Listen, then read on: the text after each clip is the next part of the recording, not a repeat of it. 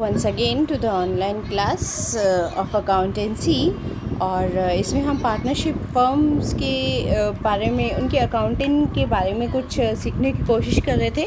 मेरी last class में मैंने आपको बताया था method of calculating interest on drawings पर हम किस तरह से इंटरेस्ट कैलकुलेट करते हैं। रिवीजन के तौर पर मैं बता दूं कि दो मेथड हमने देखे थे। First one was simple method, जो कि एक नॉर्मल जो इंटरेस्ट कैलकुलेशन का मेथड होता है। जो भी ड्राइंग्स हैं वो एक इंडिविजुअल ड्राइंग अमाउंट को आप लीजिए, उसको rate of interest by 100 multiplied by months upon 12 कर दीजिए। हर एक ड्राइंग को आप अलग अलग तरीके से इंटरेस्ट कैलकुलेट करिए इस तरह से, और उन सब इंटरेस्ट को, जो भी इंटरेस्ट के अमाउंट आ रहे हैं अलग अलग, उन सब को आप ऐड कर दीजिए and you will get the total interest on drawing. Product method में मैंने आपको बताया था, जो ड्राइंग्स हो रही हैं अलग अलग, जो भी ड्राइंग्स हो रही हैं उनका आप प्रोडक्ट निकालोगे। प्रोडक्ट किस तरह से निकालोगे, उनको आप मल्टीप्लाई करते जाओगे, कितना रिमेनिंग टाइम बचा है वो टाइम पीरियड के लिए आप मल्टीप्लाई करते चले जाओगे। सपोज़ कोई ड्राइंग हुई है 1 जनवरी को और जनवरी टू दिसंबर हमें कंप्लीट करना है ईयर, तो हमारे 11 मंथ बचे। ओके, 1 जनवरी को ये तो 12 मंथ्स बचे हैं। अब 12/12 कर लीजिए आप, हाँ। और यहाँ पर जो है, यहाँ प्रोडक्ट जो निकल कर आएगा वो कितना, अगर 1000 रुपीज़ उसने 1 जनवरी को विड्रॉ किया है, तो जो ड्राइंग निकल कर आएगी आपकी, जो प्रोडक्ट निकल कर आएगा 1000 मल्टीप्लाई 12, तो कितना आ जाएगा 12,000। ठीक है, इसी तरह से अगर वो अगली बार ड्राइंग कर रहा है 1 फरवरी को, तो मतलब अब कितने मंथ बचे, 11 मंथ्स। अब 1000 मल्टीप्लाइड बाय 11 हो जाएगा और ये हो जाएगा आपका फिर 11,000। ठीक, तो इस तरह से आपका प्रोडक्ट मेथड से इंटरेस्ट निकल कर आ जाता है। लेकिन ये तो हुआ मेथड जब अलग अलग अमाउंट से अलग अलग टाइम पर आप ड्राइंग्स कर रहे हैं। कोई रेगुलरिटी नहीं है उसमें, ना तो अमाउंट्स में कोई सिमिलैरिटी है, ना यूनिफॉर्म अमाउंट जो है विड्रॉ किया जा रहा है, और ना ही उसको अलग अलग तरीके से,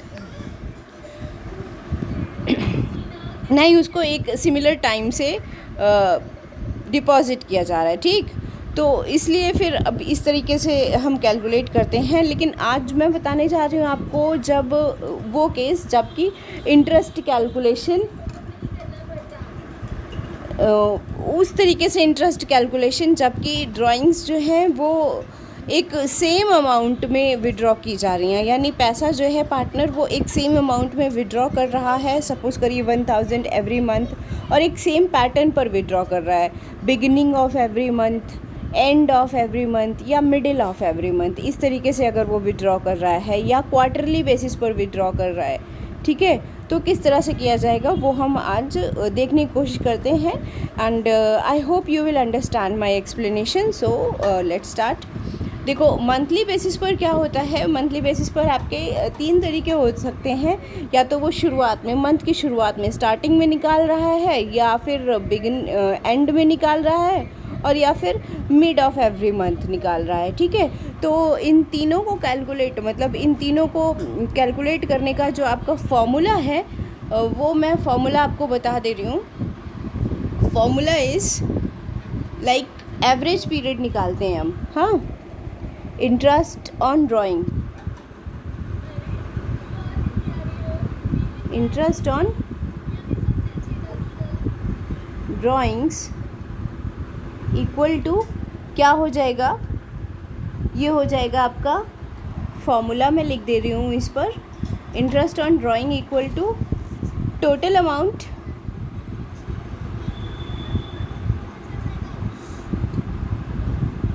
अमाउंट ओके, मल्टीप्लाइड बाय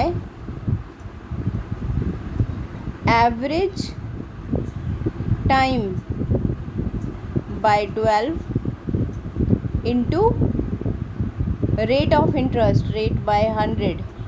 ठीक, अब ये किस तरह से कैलकुलेट किया जाएगा। देखो, टोटल अमाउंट आप कैलकुलेट कर सकते हो। अगर 1000 पर मंथ है तो ईयर के एंड में आपका 12,000 हो गया।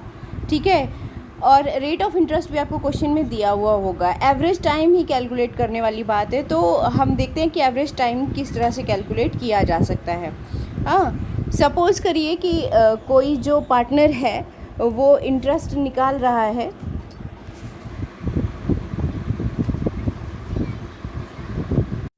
Yes, so now we will see कि ये किस तरह से कैलकुलेट किया जाता है। ओके, तो अगर सपोज़ करिए पहले फर्स्ट केस हम लेते हैं बिगिनिंग ऑफ एवरी मंथ। तो इसमें बिगिनिंग ऑफ एवरी मंथ में फॉर एग्जांपल हमारा जो अकाउंटिंग ईयर है वो चलता है आपका 31 मार्च, 31 मार्च से, ठीक है। और कब तक चलता है? टिल 31 मार्च को एंड होता है, और ये स्टार्टअप होगा आपका 1 अप्रैल से, 1 अप्रैल से स्टार्ट होकर 31 मार्च तक ये आपका अकाउंटिंग ईयर जाता है, ठीक है। तो अगर आप फॉर एग्ज़ाम्पल आपका कोई भी बिजनेस फर्म का पार्टनर जो है वो ड्राइंग्स कर रहा है 1 अप्रैल को, हाँ 1 अप्रैल, ठीक। ईयर ले लेते हैं 2018। तो अब इसकी जो अकाउंटिंग जो ड्राइंग होगा वो किस तरह से होगा? कितने मंथ बचे हैं अभी इसमें बचे हैं आपके 12 मंथ्स कंप्लीट, क्योंकि 1 अप्रैल से आप काउंट करना शुरू करिए, 1 अप्रैल से 1 मई, देन उसके आगे and you will come to know कि 12 मंथ्स का पूरा टाइम अभी आपका बचा हुआ है, ठीक है। कब तक में? जब तक कि उसका अगला जो ये फाइनेंशियल ईयर है वो ख़त्म नहीं हो जाता, मतलब ये फाइनेंशियल ईयर इसका कंप्लीट नहीं हो जाता तब तक के टाइम में, ठीक। 12 मंथ्स बचे हैं। अगर वो इसी चीज़ को नेक्स्ट जो विड्रॉइंग है वो कर रहा है 1 मई, रेगुलर अमाउंट का हम केस पढ़ रहे हैं, तो ऑब्वियसली वो 1 मई को विड्रॉ कर रहा है सेम। अब फिर 11 मंथ्स का टाइम बचेगा, 1 मंथ बाद वो विड्रॉ कर रहा है और फर्स्ट मंथ है। आप फिंगर्स पर भी काउंट कर सकते हैं अपने इजीनेस के लिए, and you will get the same answer. और इस तरह से आप देखोगे कि अगर वो हर मंथ को काउंट, मतलब हर मंथ के बिगिनिंग में beginning of every month if he is withdrawing the same amount, तो जो यहाँ पर आपका जो टाइम पीरियड है वो निकल कर आता जाएगा 12, 11, 10, देन 9, 8 एंड सो ऑन, इस तरीके से करके ये आता जाएगा, ठीक है। अब आपको क्या करना है? एवरेज पीरियड कैलकुलेट करना है। देखिए टोटल अमाउंट आप कैलकुलेट कर सकते हो। फॉर एग्जांपल अगर वो 1000 एवरी मंथ कैलकुलेट कर रहा है, सॉरी विड्रॉ कर रहा है, तो 1000 मल्टीप्लाइड बाय 12, यहाँ पर आ जाएगा आपका 12,000, ठीक है। तो इस तरह से उसने टोटल अमाउंट 12,000 विड्रॉ किया। एवरेज पीरियड आपको कैलकुलेट करना है। वह एवरेज पीरियड कैसे कैलकुलेट किया जाता है? एवरेज पीरियड कैलकुलेट करने के लिए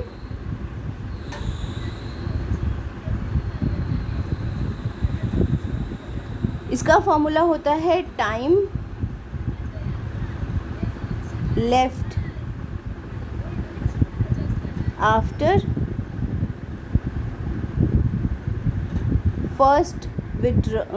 फर्स्ट ड्राइंग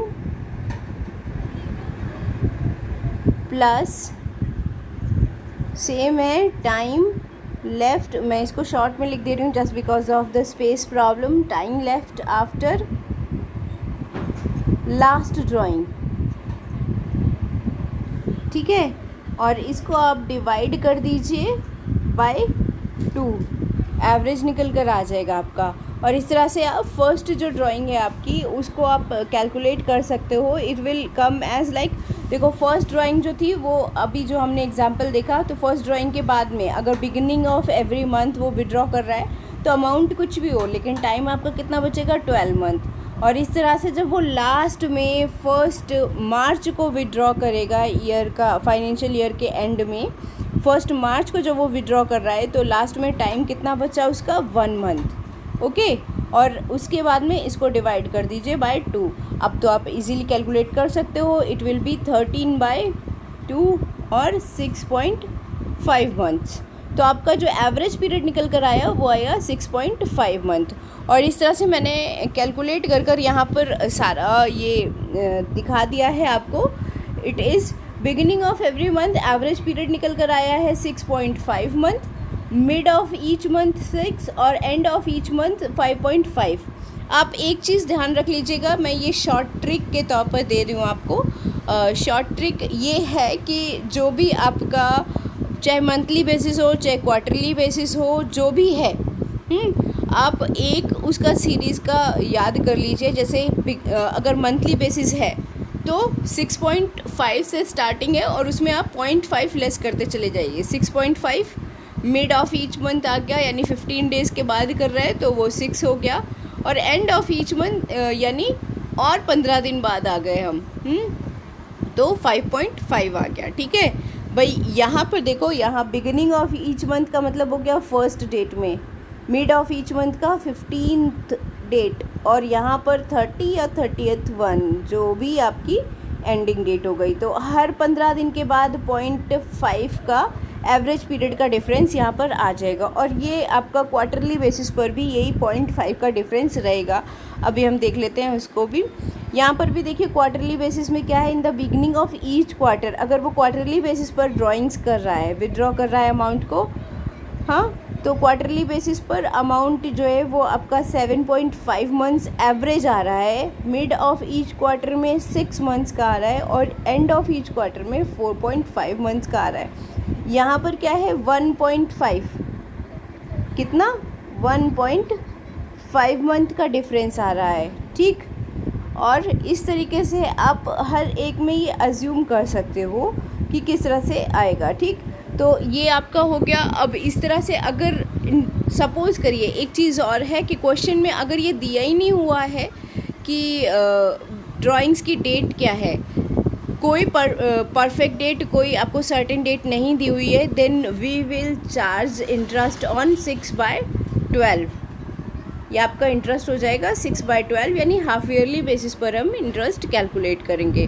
तो इस तरह से ये आपका जो है इंटरेस्ट कैलकुलेशन होता है ड्राइंग्स पर, और ये कंप्लीट हो जाएगा। Tomorrow we will try to do the numericals for that topic. और इसके अलावा मैनेजर्स कमीशन बहुत इंपॉर्टेंट टॉपिक है, इसलिए मैं इसको कल स्टार्टअप करूँगी, अलग से एक पूरा वीडियो बनाऊँगी, and it will be very long video. I think 40 minutes के अराउंड में ये वीडियो होगा मैनेजर्स कमीशन का। तो आप तब तक ये ड्राइंग्स पर, इंटरेस्ट ऑन ड्राइंग्स पर आप प्रैक्टिस करिए न्यूमेरिकल्स की, and for sure tomorrow you will get new video of this series. Thank you and have a nice day.